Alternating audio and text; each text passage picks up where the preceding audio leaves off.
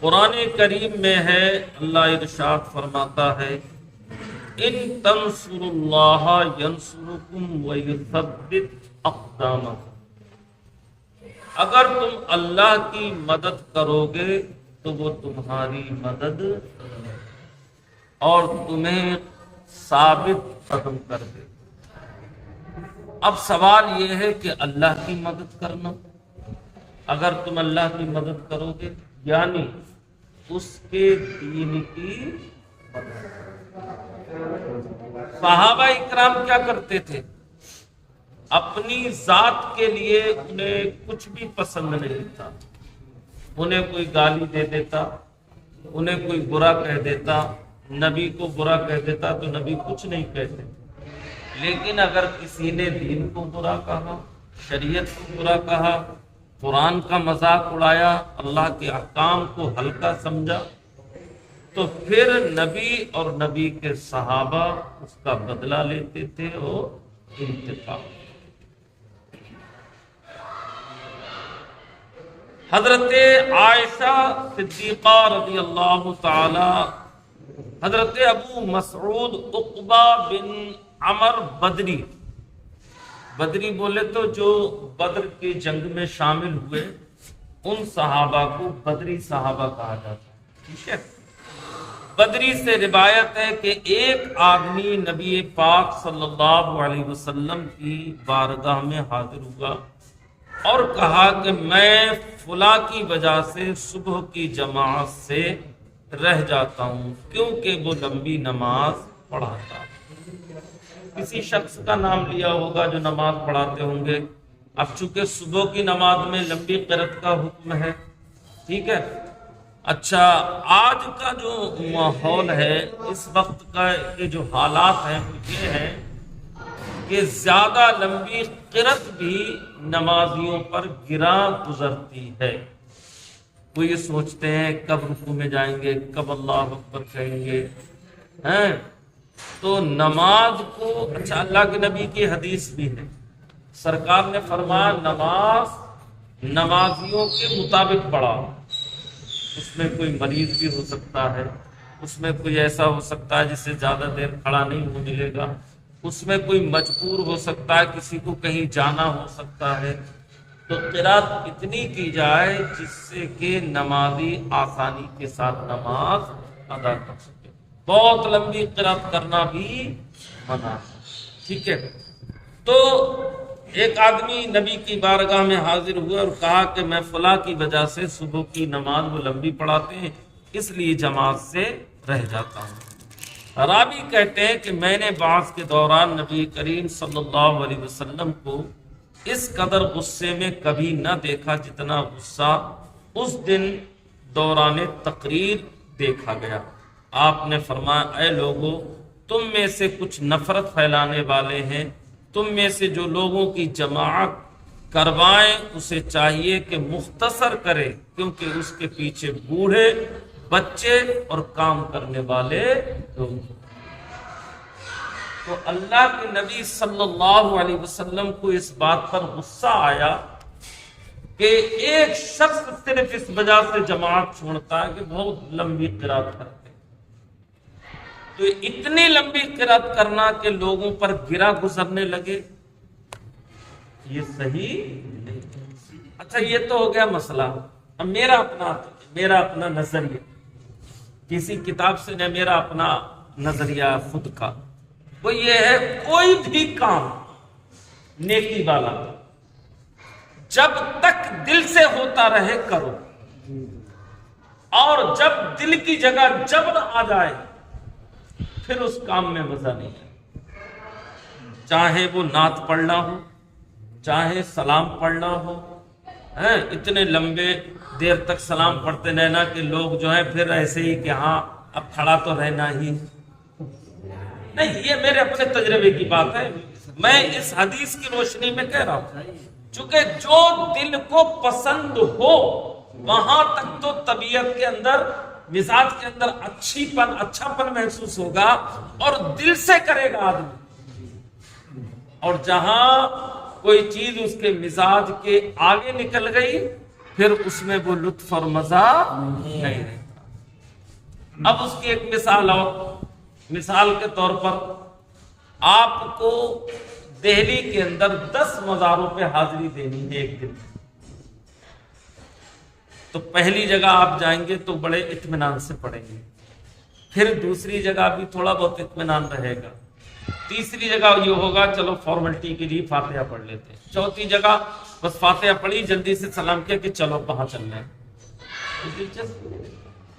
آپ ایک مزار پہ جائیں، پھر جو آپ کو دلچسپی کے ساتھ وہاں دعا مانگیں گے، بیٹھیں گے، اس کی بات کچھ اور ہوگی۔ اسی طریقے سے ہر معاملہ، قرآن کی تلاوت ہو، نماز ہو، روزہ ہو، کچھ بھی چیز ہو، جس میں دل مطمئن رہے اتنا کریں۔ جب جبر آ جائے تو پھر وہ ہو تو جاتا ہے مطلب وہ مزہ نہیں۔ تو اللہ کے نبی صلی اللہ تعالی علیہ وسلم نے فرمایا، اچھا کچھ لوگ جن کی آوازیں اچھی ہوتی ہیں تو وہ اپنے پڑے رہتے ہیں، کھینچے رہتے ہیں، انہیں کوئی مطلب۔ مغرب کی نماز میں ہلکی قرات کا حکم ہے اور وہ لمبی لمبی صورتیں پڑھے بیٹھے ہیں۔ بعض لوگ اتنی لمبی لمبی دعا مانگتے ہیں کہ آدمی اکتا جاتا ہے۔ بات سمجھ میں آ رہی ہے؟ تو کام وہ کرو جس کے اندر اطمینان رہے، سکون رہے، اور جب سکون ختم ہو جائے تو اللہ کے نبی نے کیا فرمایا، تم میں سے جو لوگوں کی جماعت کروائے اسے چاہیے کہ مختصر کرے، کیونکہ اس کے پیچھے بوڑھے اور بچے کام کرنے والے ہر طریقے کے لوگ موجود ہیں۔ یہ حدیث بخاری شریف میں بھی ہے، مسلم شریف میں بھی ہے۔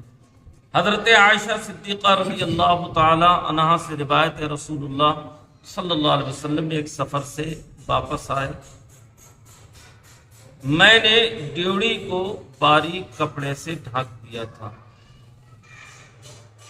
سرکار آئے ہوں گے کہیں سے، اور حضرت عائشہ کہتی ہیں کہ میں نے ڈیوڑی کو ایک باریک کپڑے سے ڈھانپ دیا تھا۔ اچھا، اس کپڑے پر تصویر بنی ہوئی، جب اسے رسول اللہ نے دیکھا تو اس کو خراب کر بگاڑ دیا ہے نا، اور آپ کے چہرے انور کا رنگ بدل گیا، اور فرمایا عائشہ قیامت کے دن لوگوں میں سب سے زیادہ سخت عذاب والے وجود وہ لوگ ہیں جو اللہ کی تخلیق میں اس سے مقابلہ کریں۔ اب مقابلہ کیا ہے؟ اللہ نے انسان کو بنایا ہے تو اس کے بدلے میں اس کی تصویر بنا رہے ہیں، اس مجسمے کو بنا رہے ہیں، اس کو دیواروں میں مطلب جو ہے گندا کر رہے ہیں۔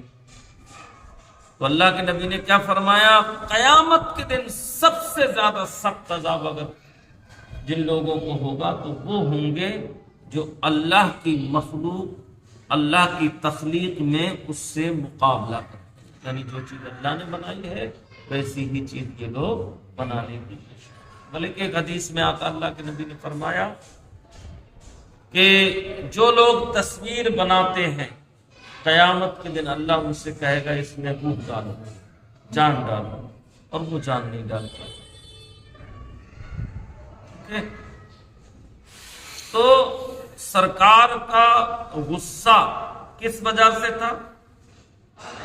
شریعت کے خلاف بات کی، اللہ کے دین کے لیے، چونکہ اللہ نے اس سے منع فرمایا ہے، لہذا اللہ کے نبی نے حضرت عائشہ جیسی ذات کے کام کو بگاڑ دیا اس تصویر کی وجہ سے۔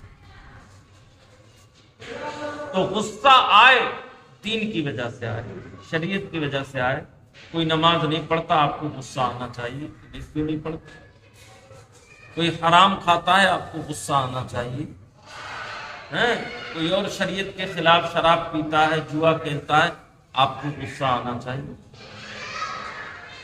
تو جہاں غصہ آنے والی بات ہے وہاں غصہ آنا چاہیے، اور جہاں غصے والی بات نہیں ہے وہاں آپ بلا وجہ غصہ کرتے ہیں۔ آپ کو غصہ آتا ہی نہیں۔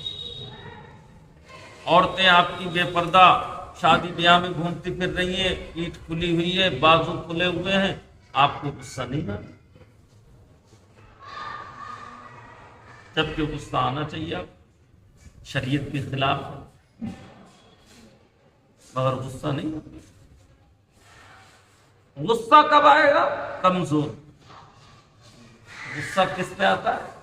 کمزور۔ اچھا، اپنے سے بڑے پر بھی غصہ نہیں آتا، کمزور پہ غصہ آتا ہے ہر آدمی۔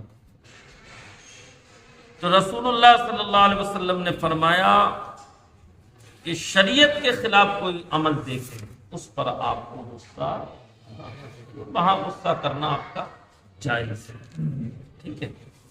لہذا ہم کو چاہیے کہ شریعت کے معاملے میں مداہنت سے کام نہ لیں، شریعت کے معاملے میں نرمی سے کام نہ لیں، شریعت کی بات ہو تو سختی کے ساتھ اس پر قائم رہیں تاکہ آپ کا دین مضبوط رہے، آپ کا عقیدہ مضبوط رہے۔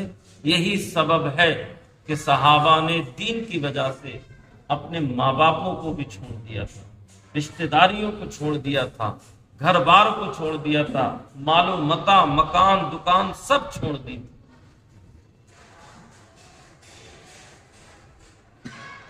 لہذا ہم کو بھی چاہیے کہ دین پر سختی کے ساتھ قائم رہیں اور مضبوطی سے قائم رہیں۔ اللہ تعالی ہم سب کو عمل کی توفیق